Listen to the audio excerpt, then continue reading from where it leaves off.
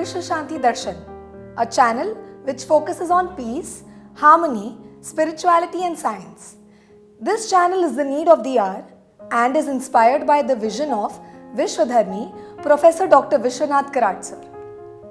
8th March, which is celebrated as Women's Day, has led us here to share some iconic stories of women who have rewritten the script of achievement in a bold, new way.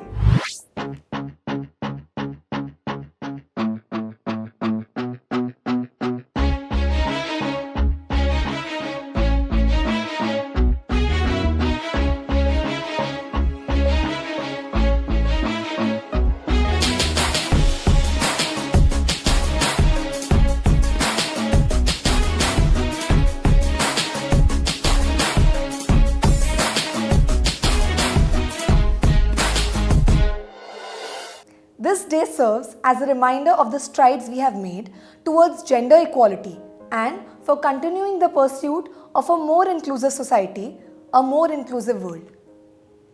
As we celebrate International Women's Day today, we embark on a journey to commemorate and honor the extraordinary achievements, resilience, and strength demonstrated by women across all fields.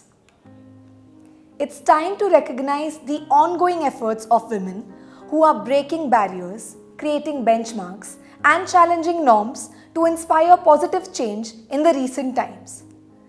This is the story of a young woman who hails from a remote village of Nagpur's Chandrapur district. Priya Tadam, that's who we are talking about. A 24-year-old tribal girl who received a scholarship of more than Rs 37 lakh from the Maharashtra government to pursue her dream of studying LLM in London. This story is nail-biting and shall keep you on your toes as we unveil the ending. Much earlier in Bhanapur, when Priya and her younger sister were studying in school, they used to walk approximately 2 kilometers just to be able to attend school and subsequently had to move to different places to continue their education. After completing her 12th grade in Sauli, Priya came to Nagpur to pursue her law degree at Dr. Babasaheb Ambedkar College of Law. After beginning her internship at the District Court and High Court in Nagpur, Priya nurtured her dream of studying LLM in London. Priya Tadam's scholarship proposal faced several weeks of delay as it was not cleared by the Maharashtra Tribal Development Department. She was running from pillar to post for her admission. Imagine, a tribal girl was getting a chance to make her dreams come true, but all her hopes were fading away as the last date of enrollment was drawing near. Ultimately, on the last day of her enrollment, this came to the notice of Chandrapur Guardian Minister Sri Sudhir Mungantiwar, who was in London at the time. He got in touch with his office and also sounded the leader of the opposition in State Assembly, Mr. Vijay Wadettiwar, the importance and urgency of this cause. Things started to get going.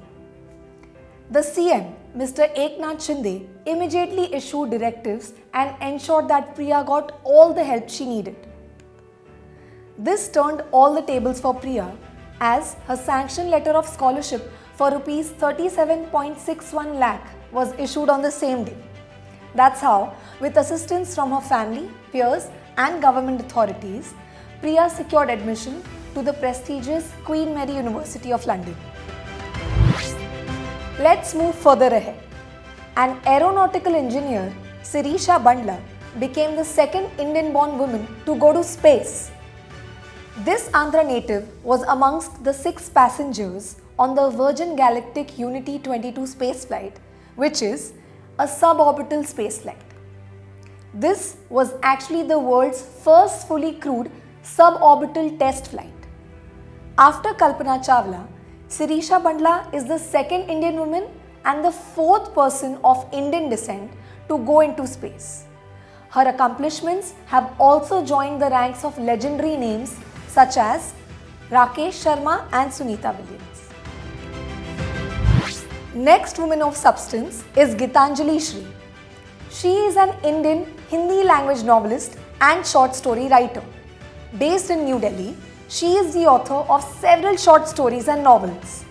Apart from fiction, she has also written critical works on Munshi Premchand. her debut novel, Mai, was shortlisted for the Crossword Book Award in the year 2001, while its English translation, Silently Mother, by Neeta Kumar, was published by Niyogi Books in 2017.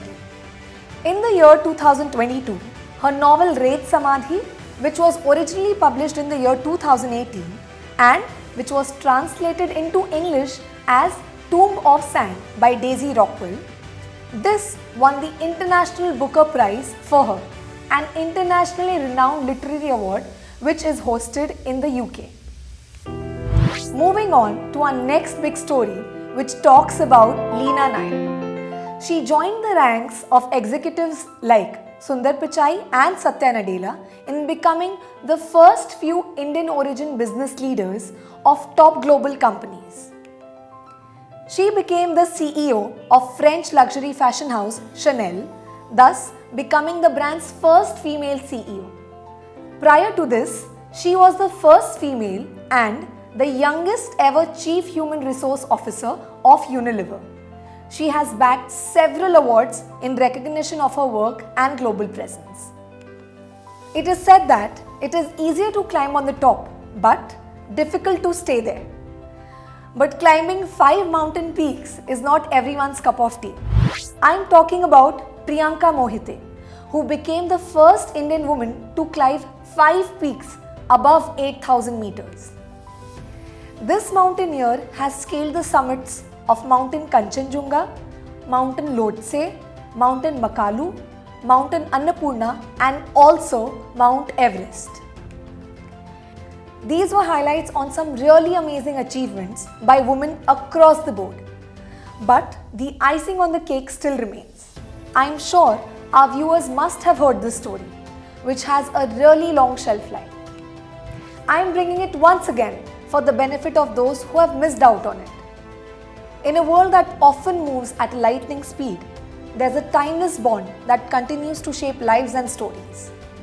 I'm talking about the undying, unbreakable connection between daughters and their mothers. Before I culminate this special program on Women's Day, I'd like to present a tale of resilience and extraordinary triumph. This story about Kinjal Singh, who lost her father when she was only 2 years old.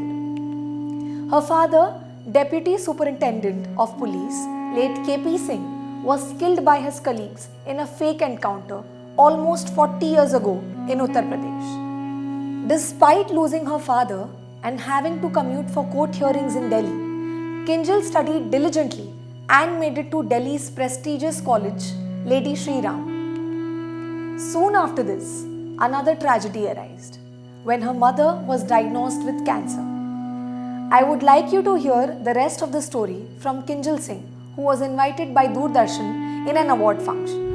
It was a very tough time, but more than us, she faced it. And she kept on telling us, you both don't leave the exam, don't come to see me. Masa will look after me. You go and give the exam, you complete your graduation, you sit for IS, become an IS officer. We did, most of the times, sometimes I was able to go, but many times I was not able to go to even see the chemotherapy. At that time, on this stage, I would like to thank my Masa. I don't know about the word father, I don't know the word brother. I know the word mother, and apart from her, if I know any person in my family, that is my Masa. Anyway, after 18 rounds of chemotherapy, once I was in the hospital and she was bleeding profusely. I was very upset. I went to the doctor and asked, is she going to be alive? The doctor told me, can't you see? It is impossible for a woman, for a man to even face 6 rounds of chemotherapy. She has been facing it for last 3 years. It's not possible for her. Then I went to my mother and asked, why are you suffering so much? She told me, I cannot leave you. I cannot just leave you alone. I want you to become an IS officer. And I don't want you to face what I am facing to be alone. I want you to be happy. I want you to feel you have a mother, you have a father. Then I went to her and said, today I promise that I will become an IS officer. You need not go through this round of chemotherapy. And I will give this exam and clear. And she passed away. She passed away in 2004. And both of us became IS officer in 2008. I would just like to say that she was there, she is there, and she continues to be there in my life. And I would thank Doordarshan to at least give me this platform, because everybody thinks that I have done something great. I have not done anything great. If anyone has mother like my mother, then the person can do anything in this world. And on this platform, I would like to just thank my mother because she was not there when I became an IS officer. When my result was there, she was not there. When I'm getting these awards, again, she's not there. So as a daughter, I have seen a very strong lady. In my dictionary, there exists no word as a weak woman. A weak woman is a contradiction term for me. I've only seen a strong mother, a strong woman, a strong wife, a dedicated wife. Hope you must have wiped your tears by now. These were some of the women of substance, whose never say die spirit is an inspiration for people who are striving to make it big amid numerous adversities. With this, I conclude our Women's Day special program. Until we meet again, please share, subscribe and keep watching Vishwa Shanti Darshan.